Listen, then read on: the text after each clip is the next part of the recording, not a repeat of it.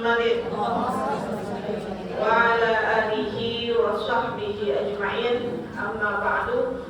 Rabbi shrah li sadri wa yassir li amri wa hlul 'uqdatam min lisani yafqahu qawli. Yang sama-sama kita hormati guru-guru kita, orang-orang tua kita, Ustazah Hajjah Maimunah, Ustazah Hajjah Hana Hasanah, Ustazah Hajjah Sumiati, para pengurus dari Majelis Taklim Jamiatul Ulul Albab, yang mudah-mudahan guru-guru kita, orang-orang tua kita, kemudian para pengurusnya semua selalu dalam keadaan sehat walafiat, dipanjangkan umurnya dalam keadaan taat, diberi keberkahan insyaallah di dunia maupun nanti di akhirat, keturunannya insyaallah jadi keturunan yang soleh dan solehah. Amin amin ya rabbal alamin. Juga yang saya hormati dan saya cintai seluruh jamaah Majelis Taklim yang pada siang hari ini berkesempatan hadir di Majelis Taklim ini, mudah-mudahan langkah kita dari rumah menuju majelis ini dinilai sebagai satu ibadah oleh Allah Subhanahu wa taala. Amin amin ya rabbal alamin. Al-Fatihah ila hadratin Nabi Muhammad Rasulullah sallallahu alaihi wasallam. Sayyidatuna Fatimah Zahra, Sayyidina Ali bin Abi Thalib, Sayyidina Hasan wa Sayyidina wa ya Allah wa salihin wa a'immatir rasyidin. Wa jabar farbati permana yang bagi muqaddam Mahadat Muhammad Rabi Abdullah Adrus Abi Abdurrahman Asgar, Syekh Abdullah bin Salim Muhajir, Imam Bajah Habib Syekh Sultan Sumaila Habib Alawi Al-Wayyur, Habib Ali Khalid Qasam, Habib Jamalul Lail, Habib Abu Bakar As-Sakran, Habib Hamid bin Umar, Habib Hasan bin Abdullah bin Alawi Al-Haddad, Habib Ali bin Muhammad bin Hussein Al-Habshi, Habib Ahmad bin Zain Al-Habshi, Habib Ali bin Abdurrahman Al-Habshi, Habib Abdurrahman bin Abdullah Al-Habshi, Habib Hussein bin Abu Bakar Al-Idris, Habib Hasan bin Muhammad Al-Haddad, summa ila Syekh Mahmud Yunus bibarakatihim. Allahumma ftah alaina futuhal arifin waftah alaina abwab al-fahm wal ilm warzuqna ilmun nafi' bibarakatihim. Allahumma inna nas'aluka al-futuh wal munuh wa tahhir qulubana bi nuri hidayatik. Al-Fatihah. A'udzu billahi minasyaitonir rajim. Bismillahirrahmanirrahim. Alhamdulillahirabbil alamin arrahmanir rahim maliki yaumiddin. Iyyaka na'budu wa iyyaka nasta'in. Ihdinas siratal mustaqim. Siratal ladzina an'amta 'alaihim ghairil maghdubi 'alaihim waladdallin. Amin. Ibu-ibu sekalian, alhamdulillah ketemu lagi kita Ibu ya di majelis taklim, majelis ilmu, yang mana ini salah satu cara buat kita mengumpulkan kewajiban kita, yang mana untuk ilmu itu hukumnya wajib buat orang muslim laki-laki maupun muslim perempuan. Dikatakan ta'allamul ilma, pelajarilah ilmu. Kita diperintahin ya Bu, kita disuruh pelajarin ilmu apa? Terutama ilmu-ilmu yang bisa mendukung ibadah kita kepada Allah Subhanahu wa taala. Kenapa kita disuruh belajar ilmu yang bisa mendukung ibadah kita kepada Allah? Li'anna laisal mar'u yuladu 'aliman. Karena enggak ada orang yang dilahirkan ke muka bumi ini dilahirkan dalam keadaan alim, enggak ada. Semuanya kita terlahir enggak tahu apa-apa. Semua kita terlahir enggak punya ilmu sama sekali. Bahkan mau ngomong kita diajarin kan kita. Mau jalan kita diajarin, mau makan kita diajarin, mau ngapain aja kita diajarin. Termasuk buat kita beribadah, kita juga perlu diajarin, perlu belajar. Biar apa? Biar ibadah kita nggak sia-sia.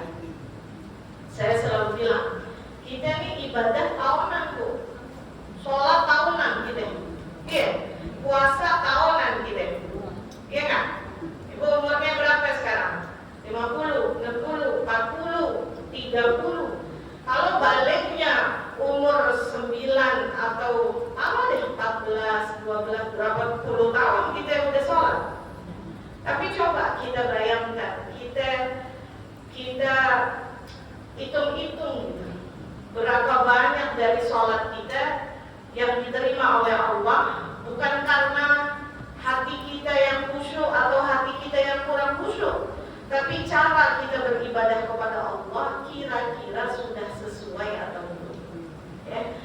Ingat, ta'allamul ilma di anna laisal mar'u yuladu 'aliman. Pelajarin dari ilmu.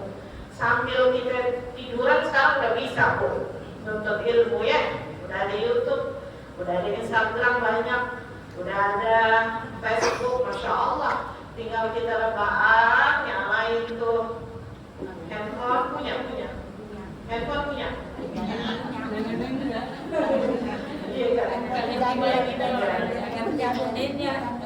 Iya, kalau handphonenya agak cakapan dikit sih bisa, ya. Tapi kita termasuk nonton ilmu nggak kalau kita niat sungguh-sungguh, walaupun kita melalui handphone, melalui media sosial, insya Allah itu pun termasuk menuntut ilmu. Cuma pahalanya tidak bisa dibandingkan dengan orang yang berjalan dari rumah menuju majelis ilmu. Nggak bisa dibandingkan. Dikatakan yarfa'ul bala, diangkat bala di satu negeri, di satu tempat. Karena apa? Karena langkah penuntut ilmu dari rumahnya menuju majelis ilmu, dari rumahnya menuju rumah gurunya. Walaupun di rumah gurunya dia cuma minta satu hadis doang. Bayangin, yarfa'ul bala, diangkat bala di kota kita, di desa kita, di kampung kita. Kenapa? Karena ada satu langkah orang, satu doang ya, langkah orang yang dia melangkahkan kakinya dari rumah menuju majelis ilmu, dari rumah menuju rumah gurunya.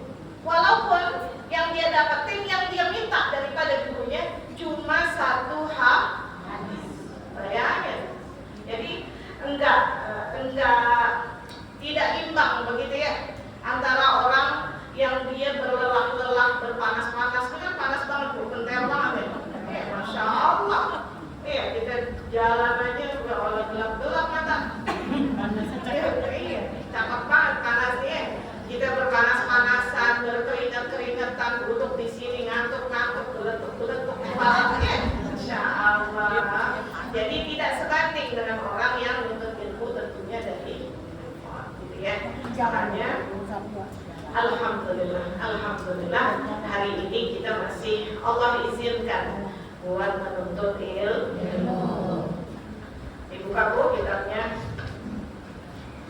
Belum ngebet juga gitu ya. Halaman 3 aja udah berapa kali ketemu ilmu, nggak apa-apa, dikit-dikit yang penting paham ya.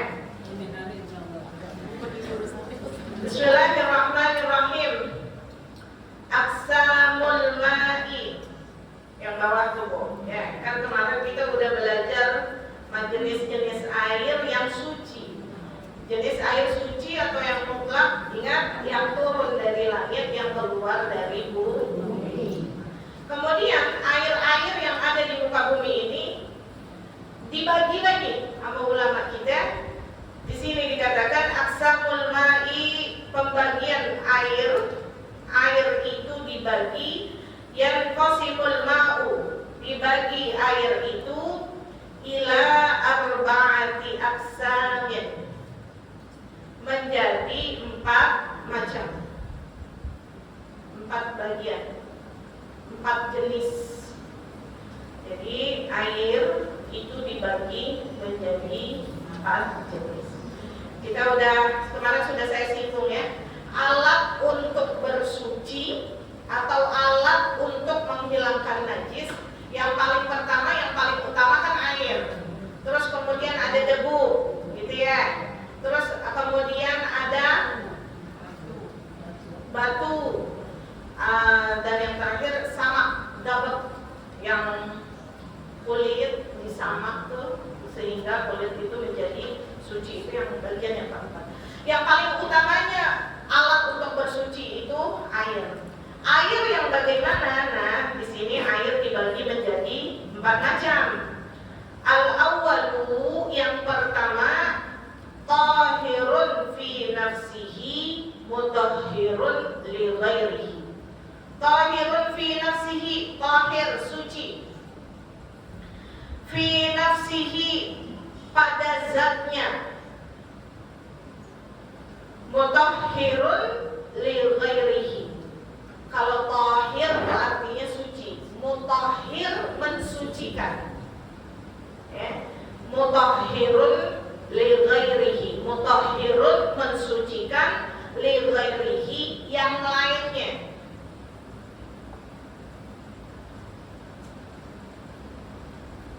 Jadi yang pertama ada air yang zatnya dia udah suci, kemudian zatnya tersebut bisa mensucikan yang lain. Kenapa? Karena air ada yang suci tapi tidak bisa mensucikan yang lain. Nanti itu bagian yang kedua. Ghairu makruhin, yang tidak makruh atau yang tidak dimakruhkan, isti'maluhu, penggunaannya, wa huwa, yaitu al-ma'ul mutlaq, air mutlak. Air ladhi, yaitu yang, yaitu, saya hapin dulu ya, nanti baru saya jelaskan. Yaitu alladhi, yang yusamma, dinamakan, ma'an bila qaidin lazimin. Ma'an, air, bila qaidin lazimin. Ini nantiin bila qaidin lazimin ini agak susah. Tanpa embel-embel, artinya aja begitu. Jadi air murni, tidak bercampur dengan yang lain. Jadi bila qaidin lazimin, air tanpa nama. Karena apa? Karena kan ada air kopi, ada air teh, ada air sabun. Nah ini kalau saya nih, ini air bukan? Saya taruh ke gelas, saya tuang ke gelas nih.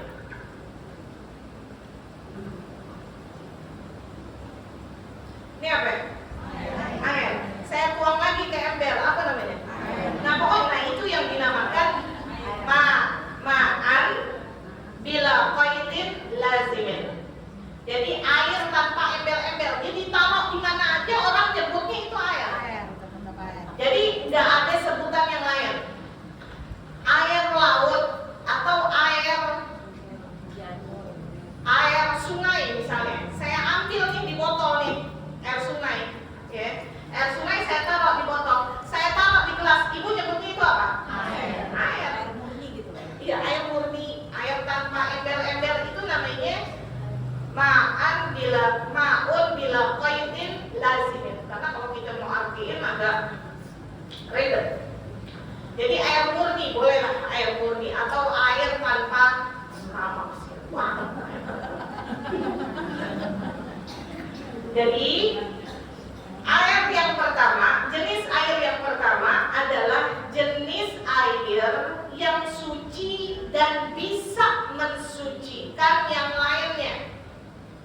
Ingat ya Bu ya, air suci, air tahir mutahhir bukan cuma sekedar buat wudu, bukan cuma sekedar buat mandi, termasuk buat menghilangkan najis.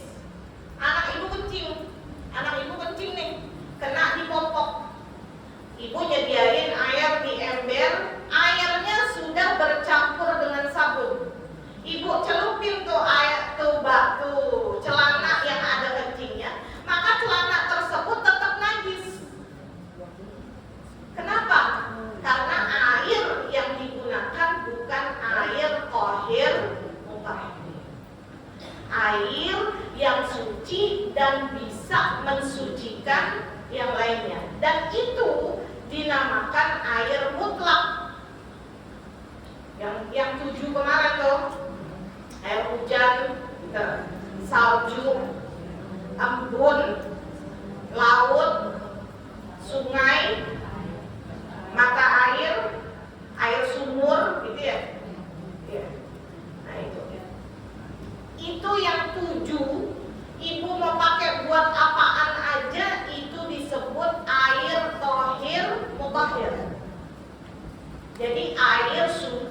yang bisa mensucikan. Itu jenis yang pertama. Jadi memang air yang sudah ada dari sononya. Laut kan udah ada dari sononya. Sungai memang udah ada dari sononya. Ya udah. Mau dipindahin kemanapun itu tetap disebut sama orang itu namanya air. Nah, cuma air yang jenis yang pertama saja yang bisa kita gunakan untuk aktivitas bersuci. Paham ya? Bersuci kita tuh wudu, istinja. Ingat istinja. Nah, nanti dari itu yang panjang. Jadi yang termasuk istinja, wudu, kan itu runtutannya ya. Pertama kita istinja, kemudian wudu, kemudian mandi begitu. Terus kemudian yang keempat menghilangkan najis. Hanya dengan air yang jenis yang pertama ini saja. Amma ma'ul jauzil hindi. Amma adapun ma'ul jauzil hindi ay an-narajil. Ini zaujil hindi sama narajil, ini sama air kelapa.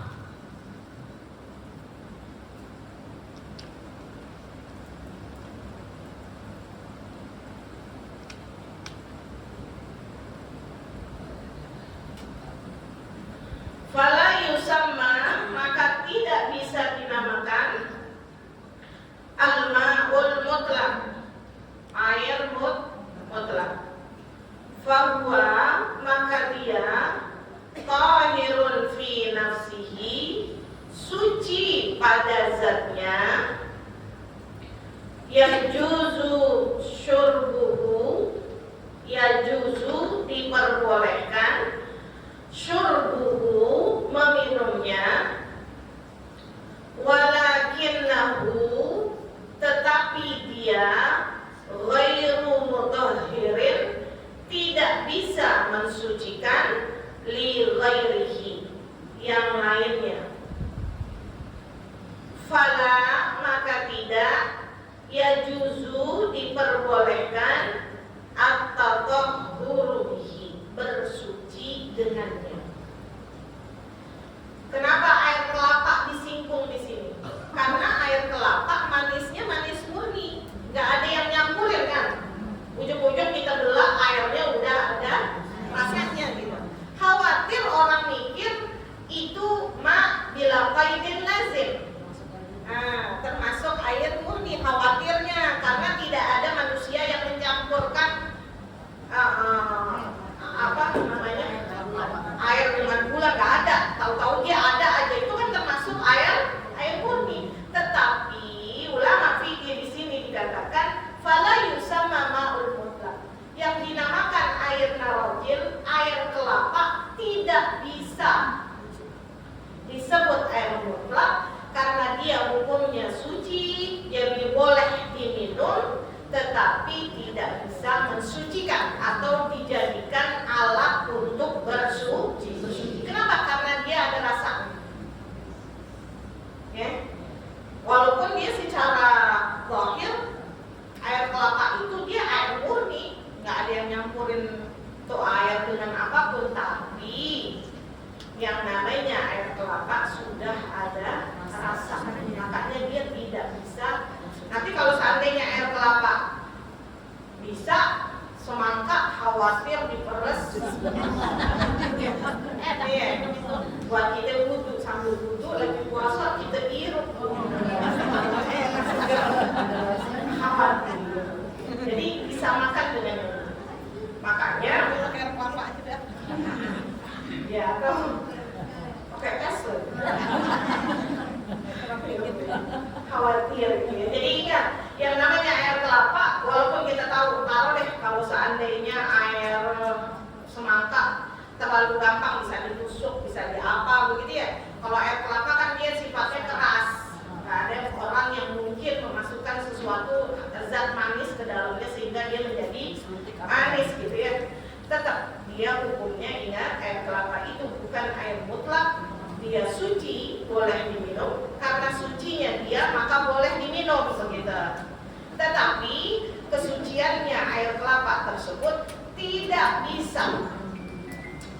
bisa mensucikan atau tidak bisa dijadikan alat untuk bersuci. Ya, suci tetapi tidak mensucikan. Yang pertama ada arti yang ketinggalan, ada yang belum dipahamin satu-satu dulu. Ada yang menanya? Belum panas. Panas banget. Iya. Kalau misalnya dia terus nggak ada yang belum nanya. Paham ya? Nggak ada yang ketinggalan artinya. Insyaallah ya. Watani, dan yang kedua. Nah ini yang kedua agak panjang nanti penjelasannya karena saya mau menyinggung masalah mandi hadas. Wasani yang kedua, tahirun fi nafsihi. Jenis air yang kedua, tahirun fi nafsihi, suci pada zatnya, ghairu mutahhirin li ghairihi, tetapi tidak bisa mensucikan yang lain. Tidak bisa mensucikan yang lainnya. Itu jenis air yang kedua. Airnya suci, tetapi kesuciannya air tersebut tidak bisa dijadikan alat untuk bersuci. Jadi tahir ghairu mutahhir.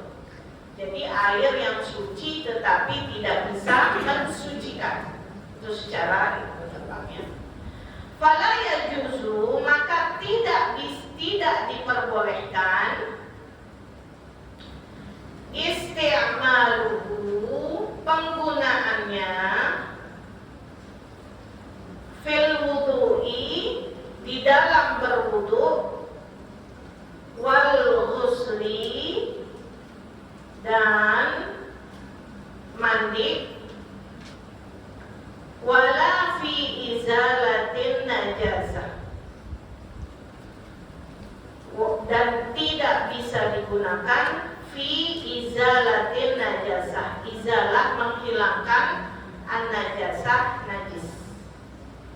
Jadi jenis air yang kedua, kalau ditanya itu air suci nggak suci, tetapi air tersebut tidak bisa mensucikan, tidak bisa digunakan sebagai alat untuk bersuci, nggak bisa buat istinja, nggak bisa buat wudu, nggak bisa buat mandi, juga tidak bisa menghilangkan najis.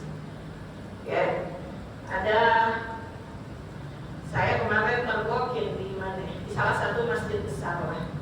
Ada mungkin karena itu masjid terlalu besar, ada kucing yang pipis di karpet. Sama petugasnya, saya ngeliatin dari jauh aja, disemprotin air sabun. Sama dia, disemprotin air sabun. Saya cuma mikir ini yang pembersihnya ini, tukang bersihnya nggak diajarin. Ya padahal masih besar, pasti kan mau nggak mau orang pasti akan pernah sujud di situ. Makanya ini perhatian buat kita semua. Di masjid manapun, kalau bisa bawa sejadah, bawalah sajadah sendiri. Karena khawatir itu, akhirnya kita nggak perlu lah protes itu terang-terangan begitu ya, karena kita juga nggak bisa nyalahin dia. Ya karena mungkin dia ilmunya kurang atau tidak di briefing sama orang masjidnya begitu ya. Tapi ini jadi pelajaran buat kita. Di masjid manapun yang besar-besar itu kan suka kalau ziarah saya lihatin dia masjid mana lagi yang gede-gede gitu ya. Kalau memang kita lihat suka ada kucing lalu lalang, suka ada ini lalu lalang, bawalah sejadah yang tipis-tipis tuh. Kenapa? Kayak misalnya nih karpet sepanjang ini ada najisnya, nggak sah kita sujud di atas karpet yang ini. Walaupun misalnya najisnya di sana, berarti kita sujud, sujud di atas najis. Ya hati-hati ya. Balik sini. Nah, air yang kedua ini dibagi lagi. Air yang kedua ini, jenis yang kedua, tahir fi nafsihi wa ghairu mutahhir li ghairihi. Tahir ghairu mutahhir, air yang kedua, air yang suci tetapi tidak bisa mensucikan, dibagi lagi menjadi dua. Yang pertama, al-ma'ul musta'mal, yaitu air yang sudah digunakan. Fi raf'i hadasin, untuk mengangkat hadas. Ai fil wudu'i awil ghusli, baik itu untuk wudu ataupun untuk mandi. Au fi izalatin najasati, atau untuk menghilangkan najis. Jadi ibu misalnya, ibu berwudu, kemudian ada ember di sampingnya ibu. Nah, air musta'mal ini air yang kurang dari 2 kulah ya. Air yang kurang dari 2 kulah. 2 kulah itu kalau ukurannya itu 500 liter lebih. 500 sampai 600 liter. Kalau kita kotak kesini 1 hasta segini nih. Segini 1 hasta, segini 1 hasta. Ke dalamnya juga 1 hasta. 1 hasta itu segini, Bu. Jadi ukurannya itu namanya 2 kulah. Kalau seandainya air di ember itu kurang dari 2 kulah, atau air di bak mandi. Nih yang pada masih pakai bak mandi. Bu, bak mandinya gede nggak? Mau pakai betap. Makanya kalau orang tua yang dulu kalau bikinin kamar mandi baknya gede-gede ya. Iya. Karena emang kalau orang dulu itu ilmunya dipakai, masya Allah. Kalau yang lebih dari 2 kulah ini nggak ada masalah selama tidak berubah warna, rasa, bau. Ini nggak masalah. Tapi kalau dia sudah berubah warna, rasa, bau, kejatuhan sabun ya saya. Ya, atau ya kejatuhan sabun, atau misalnya ada ember gitu, ember airnya penuh. Embernya bukan ember yang gede, lagi bukan tempayan, bukan. Ya, ember yang kurang lah dari 500 liter misalnya. Ibu wudu kecipratan ke situ. Ya, itu namanya air musta'mal. Ya, maka air tersebut sudah tidak boleh dipakai buat wudu, nggak boleh dipakai buat mandi, tidak boleh dipakai buat istinja, tidak boleh dipakai buat menghilangkan najis. Kalau yang lain boleh, buat cuci piring boleh, buat cuci baju yang nggak ada najisnya boleh, karena apa? Dia tetap suci hukumnya. Tetapi untuk aktivitas bersuci sekali lagi itu sudah tidak bisa digunakan. Karena yang dinamakan air musta'mal adalah air yang sudah digunakan untuk bersuci. Atau misalnya ada air seember, ibu wudunya nggak ibu sendok, ya. Jadi gini, kalau ibu punya air sedikit segini nih, ya, kalau kita tuang itu bisa segini, bisa jadi buat berwudu. Tapi kalau seandainya air yang kurang dari 2 kulah seember kecil, ibu celup tangan ibu untuk berwudu, maka otomatis yang di dalam ember tersebut airnya sudah menjadi musta'mal. Makanya kalau punya ember dikit atau ember kecil, kita tahu airnya belum bercampur dengan yang lain, itu lebih aman disendok pakai gayung.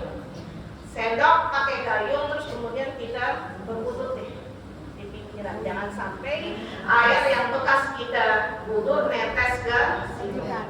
Ya, karena kalau kita ceburin tangan kita, maka air tersebut menjadi musta'mal. Paham? Yang pertama, ini air yang suci tetapi tidak bisa mensucikan yang lain. Yang kedua, daripada jenis air yang kedua, al-ma'ul ladzi taghayyara bi mukhalitin tahirin. Nah, yang kedua al-ma'ul ladzi, yaitu air yang, ini masih bagian yang kedua ya Bu ya, jenis air yang kedua. Ya. Air tahir ghairu mutahhir, tapi jenisnya yang kedua. Karena yang pertama tahir ghairu mutahhir, jenisnya yang pertama air musta'mal. Yang kedua Al-ma'ul ladzi taghayyara, al-ma' air alladzi yang taghayyara berubah, bi mukhalitin tahirin dengan bercampur sesuatu yang suci. Ada air suci dicampur dengan sesuatu yang suci. Seperti apa? Kama'il qahwati, seperti air kopi. Air putihnya suci nggak? Kopinya suci nggak? Dicampurin tuh, dikawinin air sama kopi. Nah, nanti tambahin lagi gula gitu ya. Jadi pengen ngopi.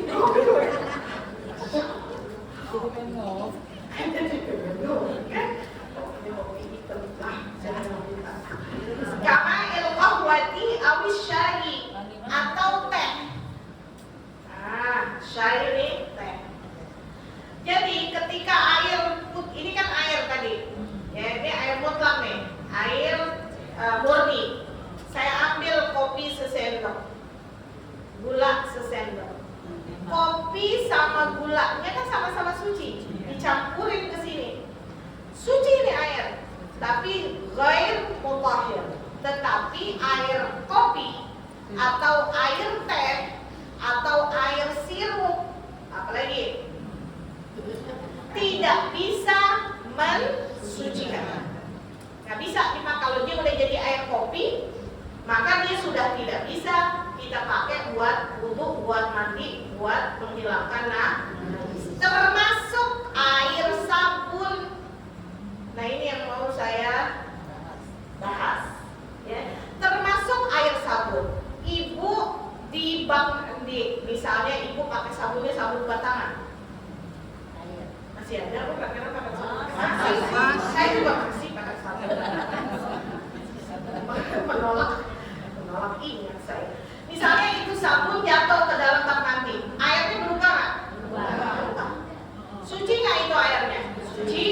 Tetapi ingat, sudah tidak bisa dipakai buat bersuci, tidak bisa dipakai buat wudu, buat mandi hadas, atau menghilangkan najis yang ada di baju. Itu udah nggak bisa, ya. Termasuk ketika ibu yang mandi hadas besar, nih, yang baru 1 atau 2 gayung ibu sudah campur air mandi ibu dengan sabun.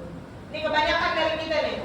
Ini kita nih harus kita cross check nih di dalam diri kita. Siapa yang kalau mandi hadas, ibu habis mens misalnya, ibu habis nyampur sama suami ibu, mau mandi, baru 2 gayung jebrot langsung ambil, baru 2 gayung nih, airnya udah rata belum? Belum. Baru 2 gayung, ibu udah ambil sampo, udah hebat banget. Gini kan, udah bersih banget. Ya, sampo-nya udah ke kepala, badannya udah dilepot-lepotin sama. Ingat, berarti yang meratakan ke seluruh badan ibu bukan air mutlak, tetapi air sabun. Ini terjadi. Coba ibu dicek lagi. Jangan-jangan langsung udah nggak ada berubah ya. Diingat-ingat. Ya. Kenapa? Karena rukun mandi itu cuma 2. Yang pertama niat. Kapan niatnya? Ketika air pertama kali menyentuh badan. Mana aja? Jadi nggak mesti kepala. Ibu pertama kali ibu siram pundak, ya udah, nggak apa-apa, boleh niat di sini. Sah.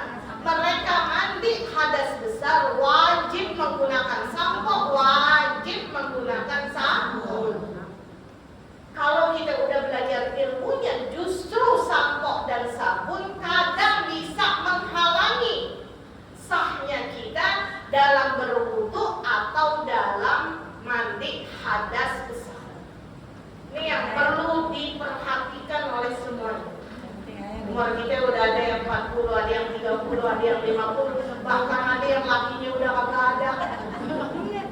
Baru ngeh mandi hadas besar sekarang. Ya Bu ya, minta maaf. Ini saya juga ngingetin diri saya punya anak, termasuk mungkin diri saya kemarin-kemarin nggak begitu wawu sama yang beginian. Ini perlu kita, karena yang dikatakan jenis tohir ghairu mutahhir yang kedua, air yang berubah karena sesuatu yang suci, termasuk air yang berubah karena sabun. Sama hukumnya kayak yang tadi, ibu punya anak kecil, ngompol ya anaknya lebih dari 2 tahun lah, jadi enggak inilah ya, enggak yang makfu, maksud dia najis mutawassit ya, najis mutawassit, atau ada anak ibu buang air besar begitu ya. Gimana caranya nyuci itu kotoran? Cuci dulu dengan air mengalir dulu dengan air mutlak, air murni, air yang tidak bercampur dengan apapun. Jangan untuk rendam aja di air sabun. Yang penting baunya udah hilang, nggak kelihatan yang sama. Boleh jadi itu baju. Ingat, kalau seandainya kita misalnya kekencingan nih, diompolin gitu, baju kita nggak beres kita dalam membersihkan najis kita. Kemudian baju kita pakai buat sholat, iya nggak? Terus kemudian baju kita pakai buat ngapain aja untuk aktivitas ibadah. Boleh jadi kita ibadah dalam keadaan membawa najis. Nah ini yang bisa dikatakan kita ibadah bertahun-tahun, tetapi ibadah kita sia-sia karena kita tidak mau memperhatikan sah atau tidaknya kita dalam bersuci. Dari semua ibadah kita, sholat kita, puasa kita ya, terus kemudian apa deh, umrah kita, haji kita, semua itu diawali dengan istinja, diawali dengan izalatun najasah, diawali dengan menghilangkan najis. Gak usah kita jauh-jauh, termasuk ini lagi yang mau saya ingatkan, tisu basah. Ini juga banyak yang nanya ke saya, Ustazah, kalau kita dalam perjalanan di pesawat atau di bandara-bandara luar kan banyak yang nggak ada air. Ya kalau sekarang sih agak lumayan, nggak kayak dulu. Ya, gimana kalau kita istinjanya pakai tisu basah? Tidak sah, karena tisu basah masuk ke dalam urutan air yang kedua. Ya, dia suci itu tisu basah, tetapi tidak bisa mensucikan. Tidak bisa kan? Tisu kering boleh, tisu kering juga sebenarnya tidak. Jadi kalau saya biasanya ya dikeringin dulu, terus kemudian tisunya itu dibasahin air, baru kita suka hancur ya. tisu Memang suka hancur. Kalau hancur mah itu nggak masalah. Terus kemudian kita keringkan lagi dengan yang kering, itu lebih aman begitu. Ya, kadang kita pesawat kan kita yang pesawat. Kalau ya termasuk gosalah ya, mesin cuci. Nah itu yang kemarin kalau nggak salah udah pernah saya singgung ya. Jadi kalau misalnya mau nyuci, jangan langsung ditaruhin sabun dulu, atau dicuci dulu, dikumbrah dulu di luar mesin cuci, baru dimasukin ke mesin cuci yang sudah ada sabunnya, atau masukin semua baju, isi dengan air mutlak, air suci mensucikan, digiling dulu sekali, kemudian dibuang. Nah itu udah langsung suci tuh. Nih ibu-ibu nih rata-rata kebanyakan udah pakai mesin cuci nih. Aku masih pakai piano. Ibu nyucinya masih pakai piano. Orang kan sekarang kita perempuan ya kan, kerjaannya kita sibuk banget. Kalau nyuci pakai piano udah repot deh kita. Kalau pakai piano mah enak, paham piano, aman penggilesan. Nggak ngerti. Bisa lah, kita misalnya kita kumpul dulu terus baru kita sikat, pakai sabun sama segala macam. Yang pakai mesin cuci, triknya begitu, dikumrah dulu di luar, baru kita masukin, atau ibu masukin semua, yang najis, yang nggak najis ibu mau satuin nggak masalah, atau yang najis dulu, ya ibu masukin, kemudian ibu isi dengan air tanpa apapun, ya ibu giling sekali 2 kali, kemudian ibu buang. Kalau saya sih biasanya saya ulangin lagi sampai 2 kali, sekalipun sebenarnya sudah memenuhi syarat, udah sah. Ya, terus kemudian yang selanjutnya baru kita isi dengan sabun, itu boleh. Itu yang kedua. Paham? Ada yang punya?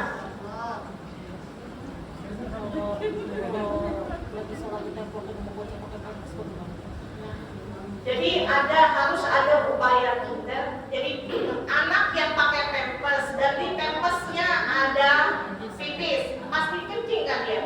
Maka itu nggak boleh.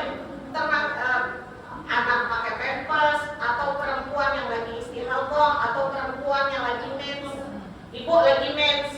Jangan kita bicara anak kecil doang. Anak kecil di pampersnya pasti ada kencingnya. Anak orang perempuan lagi mens di pampersnya ada darah.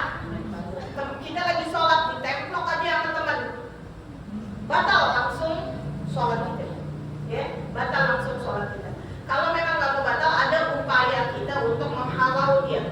Jadi kalau ada anak udah mau deketin, nggak apa-apa tangan kita begini, sebentar, buang batal. Adalah dari usaha kita tuh menghalau itu anak, atau ada teman misalkan kadang kita berteman suka tempel, atau kalau orang lagi istihadah kemudian dia ikut jamaah, boleh nggak orang istihadah ikut jamaah? Boleh ikut jamaah, tetapi tidak boleh di tengah-tengah saf dan tidak boleh nempel sama yang lain, karena kan dia membawa najis.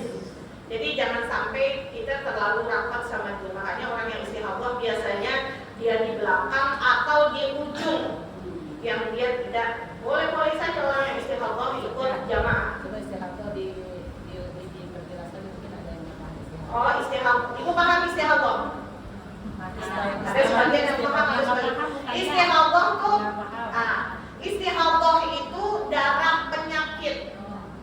Itu namanya istihadah secara harfiah. Atau darah yang keluar di luar waktu haid. Misal ibu mens melebihi dari 15 hari, maka hari ke-16-nya sampai 15 hari ke depan itu disebut darah istihadah. Kenapa? Karena seorang perempuan haid normalnya 24 jam, sehari semalam, paling sedikitnya sehari semalam atau 24 jam. Normalnya 6 sampai 7 hari. Paling banyaknya mens itu 15 hari. Jadi ibu banyak ya perempuan yang nggak ngerti, dia mens sampai 20 hari. 20 harinya dia sebut darah mens. Salah. Hari ke-16 atau masuk 15 sudah selesai, sudah genap hari ke-15, maka masuk hari ke-16-nya dia mandi hadas, kemudian dia sholat puasa seperti biasa. Nah itulah darah yang keluar lebih dari 15 hari itu disebut darah istihadah. Atau darah yang keluar kurang dari 24 jam. Misalnya apa? Ibu ngeflek, ya, fleknya dalam 1 bulan cuma sekali doang. Ngeflek nih, ngefleknya subuh doang. Zuhur udah nggak ada, asar udah nggak ada, maghrib sudah nggak ada. Kemudian ditungguin sampai 15 hari tidak keluar lagi. Maka karena kita wajib sebenarnya nungguin, ya nungguin. Kalau mau waras sih ya nggak sampai nunggu sampai 15 hari, kalau udah sehari atau 2 hari, 3 hari sudah harus sholat, gitu ya. Tapi normalnya memang ditungguin kalau memang dia adatnya suka dia ngeflek gitu. Setelah ditungguin tidak keluar lagi, ditungguin sampai 15 hari pun sudah tidak keluar lagi. Maka darah yang keluar di waktu subuh tersebut disebut darah istihadah karena keluarnya kurang dari 24 jam. Paham? Sholatnya kalau orang yang istihadah tidak seperti sholat orang yang normal. Pertama, ngambil wudhunya setelah masuk waktu sholat. Kemudian sebelum dia ngambil wudhu, dia harus membersihkan kemaluannya, membersihkan softteknya, pembalutnya, begitu dibersihin semua. Kemudian dia pampet tempat keluarnya darah dengan pembalut tersebut, langsung wudhu, langsung sholat. Boleh dia tidak langsung sholat kalau dia itu tadi menunggu jamaah, itu boleh. Tapi sewajarnya orang nunggu jamaah. Jadi misalnya dia habis istinja nih, ya, pampasnya semuanya diganti, pembalutnya semuanya diganti, terus kemudian dia pampat begitu ya. Terus kemudian langsung dia wudhu dengan niat wudhu, nawaitul wudhu'a listibahatis sholatil fardhi.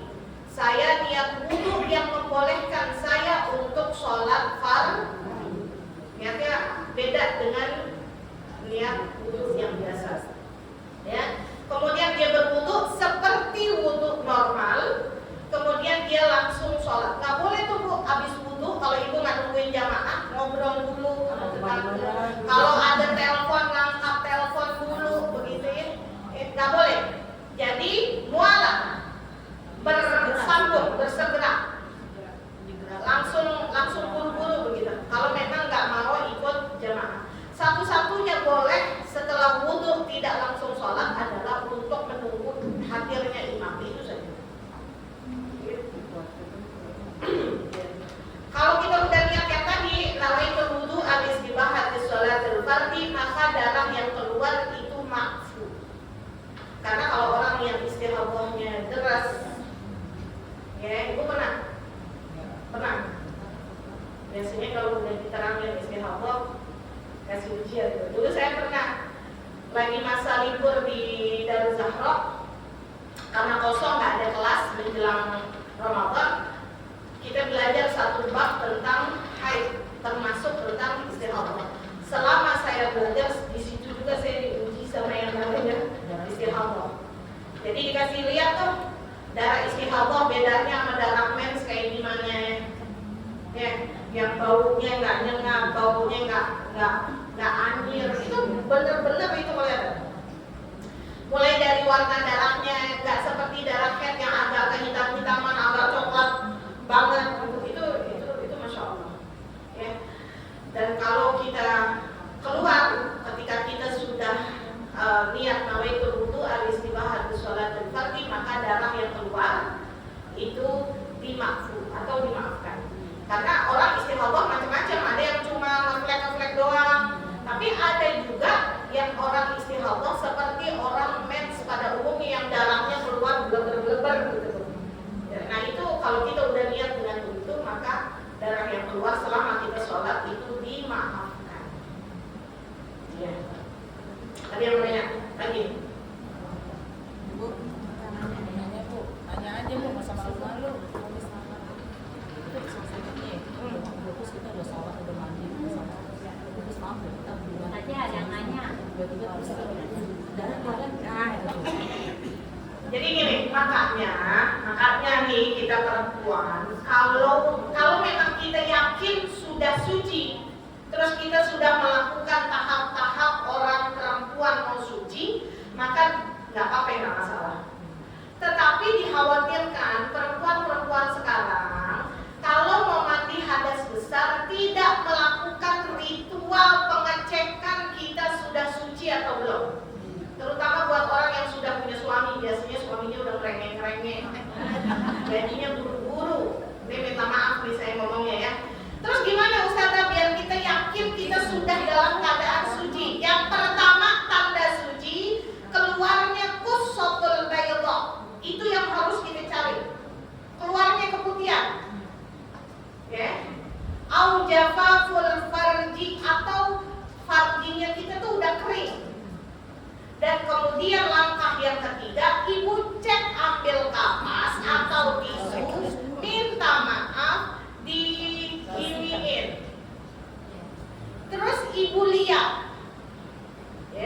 ibu lihat masih kuning atau tidak, masih keruh atau tidak. Kalau masih kuning atau masih keruh, itu masih termasuk warna darah yang paling lemah. Jadi belum waktunya kita suci. Jadi jangan buru-buru. Karena kadang, ini buat saya nggak ngomongin ibu deh.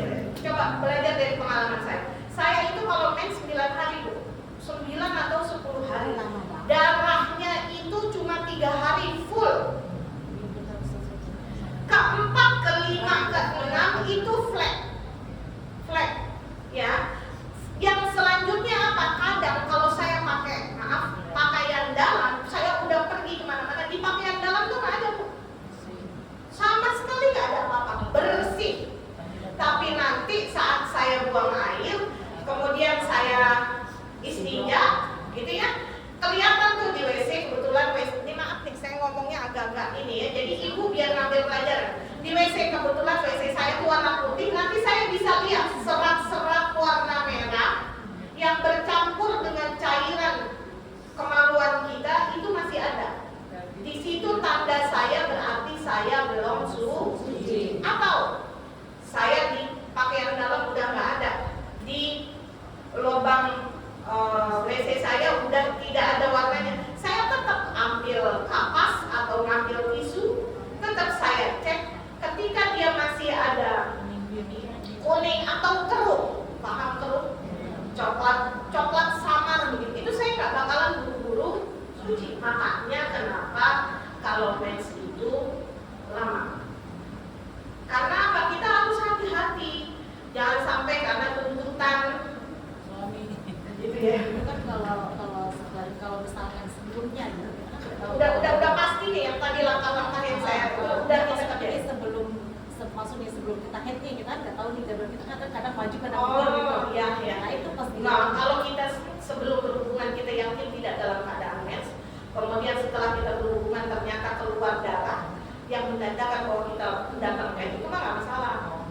Ya, nggak masalah, karena memang sebelum kita berhubungan kita yakin dalam posisi tidak berhalangan atau dalam posisi suci, nggak masalah. Kemudian kita berhubungan ke suami kita, tiba-tiba keluarlah darah mens, itu nggak masalah. Kalau memang kita yakin sebelum kita berhubungan kita tidak dalam keadaan mens. Kadang kan perempuan suka maju gitu. Iya.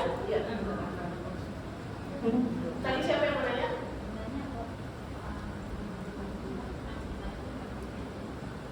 Ayo. Anak memang yang termasuk najis mukhaffafah adalah anak laki-laki pertama yang belum berumur 2 tahun dan belum makan apa-apa kecuali susu ibunya. Susu ibunya. Anak sekarang umur 2 bulan udah dicampur sama formula. Ya. Maka najis yang dia keluarkan menjadi najis mutawassit. Kalau ibu yakin anak umur 2 bulan itu hanya minum air susu ibunya, dia tidak dicampur dengan yang lain ya, tidak dicampur. Kalau tahnik itu nggak pakai maksud, tidak terhitung. Tahnik kan pakai kurma ya, itu nggak masalah, itu tidak. Kurma atau madu sekali itu saja, ya, bukan terus menerus begitu. Terus kemudian dia tidak minum susu formula, maka najis yang dikeluarkan oleh anak itu masih najis mukhaffafah. Tapi kalau sudah bercampur dibantu dengan susu formula, kadang kan di rumah sakit suka begitu Bu. Ya, baru lahir karena ibunya belum pintar menyusuin, kasih ibu belum keluar, di rumah sakit suka dikasih susu. Itu udah termasuk Sudah. Dan dia sudah berulang terus sampai dia kenyang. Nah itu udah termasuk, dia masuk najis mutawassit. Dan lagi? Iya.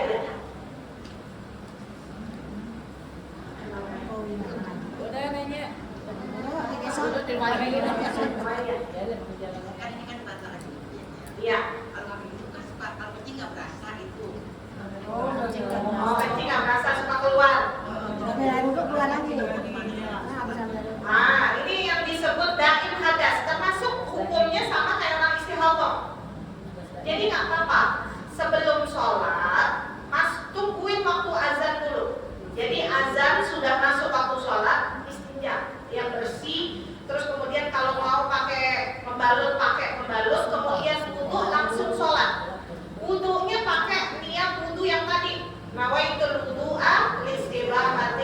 sholatil fardhu.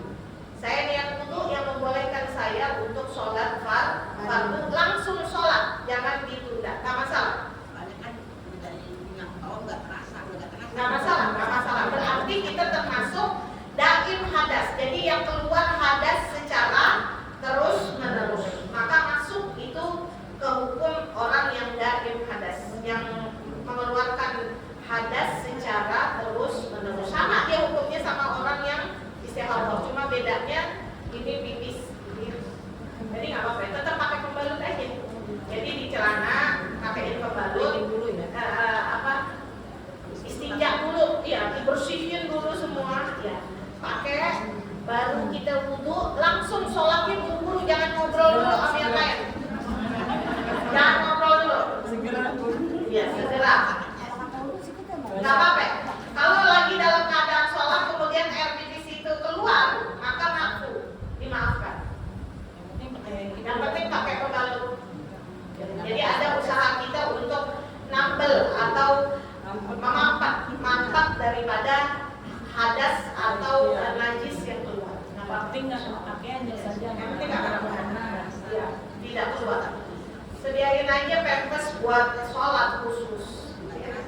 Jangan pempes kan? Sotek.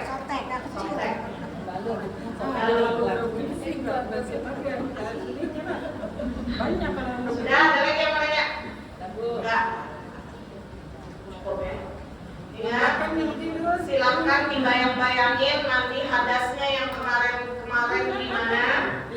Ya, diperbaikin. Kalau mandi hadasnya kayak kemarin, kalau dari sini kita mandi di barang-barang hadas. Kenapa? Boleh jadi kita sekarang masih dalam keadaan hadas mau Maksudnya Ustaz ya, bedak, lipstik dan macam air. Iya. Biasanya banyak harus Iya. kemana-mana tuh ya, pinggir pada metal.